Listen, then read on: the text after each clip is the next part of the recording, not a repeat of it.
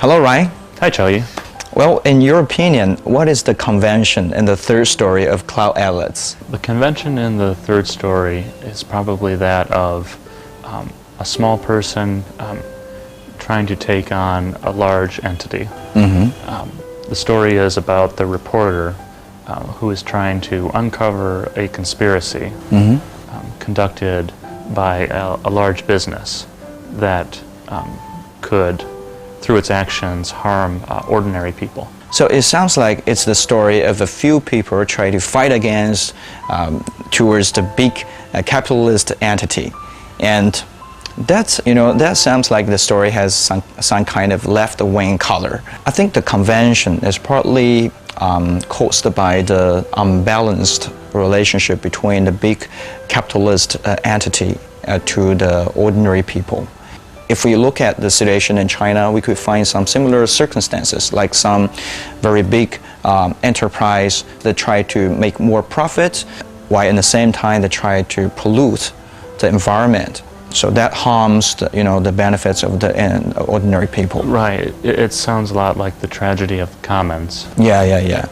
People all want to use resources in the environment. Yeah. But when people use resources, like a factory uses resources, it creates pollution. That's right. And it's hard to keep track of who created what. Yes. Also, we can see the peasants and farmers from the developing country, they have to buy the transgenic seeds from some big agriculture corporations. The exploiting power of capital is still very dominant power in our society. Apart from that, it also has the function of alienation of human nature. It can. And that's an issue that people today still have to deal with. And the fourth story in Cloud Atlas takes place in contemporary times. Yeah. It's the story of the publisher and the nursing home. What's the convention in that story?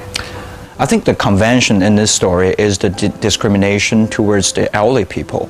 For our modern society, now people usually hold utilitarianism and pragmatic views, and the human are considered as a labor force. So they're reduced as just the contributors to the GDP growth. So the elderly people was considered as useless and no value at all, especially to the they cannot contribute to the growth of the GDP. So it is apparently a discrimination towards the elderly people. They're so wise, they have a lot of life experience. Yeah, and it does seem that life experience could be very valuable to society. That's right. The discrimination attitude is also prevalent in China. But for now, China is facing this kind of elderly people social problem because back to the 1950s, the Mao period, the Chinese has experienced a baby boom, and a lot of the population was increased at that time. But now those people are gradually become older, so the proportion of elderly people in the society is increasing. And if we still hold this kind of discrimination attitude towards elderly people, I would presume that in the future, some tragedy will happen as well. Yeah, and the situation in the United States is a little similar.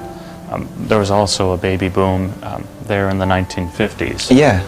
And as that generation has reached the 60s, 70s, and 80s, those people are working. There can be age discrimination in the workplace. Some younger people might get promoted above them. Yeah. Some companies won't hire them because they think they're too old. That's right. And the younger generations will sometimes put their parents into nursing homes and just not interact with them. Yeah, so it seems like that we need to hold more, tolerant and compassionate attitude towards those elderly people. Especially, we have to find their value, and to change this convention in our society. Yes, everyone has a contribution to make to society. That's right.